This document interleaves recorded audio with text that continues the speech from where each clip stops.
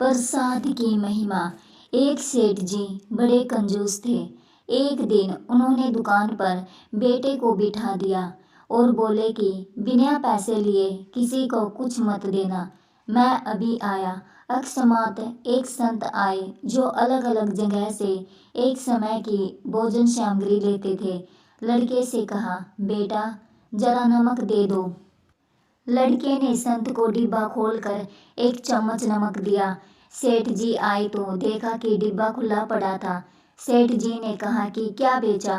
बेटा बोला, एक संत जो तालाब पर रहते हैं उनको एक चम्मच नमक दिया था। सेठ का माथा ठनका। वो बोले, अरे मूर्ख, इसमें तो जहरीला पदार्थ है। अब सेठ जी भागकर संत के पास गए।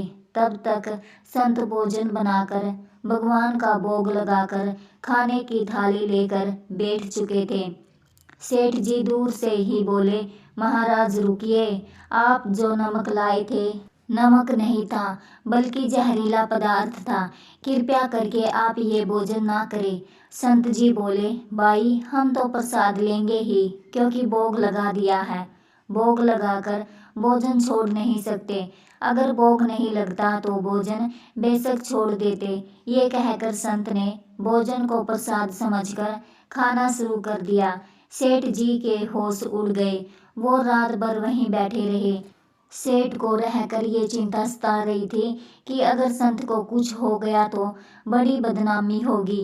रात में अगर तबीयत बिगड़ी तो कम से कम वेद को दिखा देंगे। सोचते सोचते उसे नींद आ गई। सुबह रोज की तरह संत जल्दी उठ गए और नदी में स्नान करने लगे। सेठ जी ने कहा, महाराज तबीयत तो ठीक है। संत बोले, भगवान की कृपा है। इसके बाद वे पूजा के लिए मंदिर चले गए। जैसे ही संत ने मंदिर का द्वार खोला तो देखा कि भगवान के शरीर विग्रह के दो भाग हो गए हैं और शरीर काला पड़ गया। ये देखते ही सेठ को सब समझ आ गया कि भगत के अटल विश्वास को देखकर भगवान ने भोजन का जहर भोग के रूप में स्वयं ग्रहण कर लिया और भगत को प्रसाद ग्रहण कराया। इसके बाद सेठ ने तुरंत घर जाकर बेटे को दुकान सौंप दी और स्वयं संत की शरण में आकर भगवान की भक्ति करने लगा।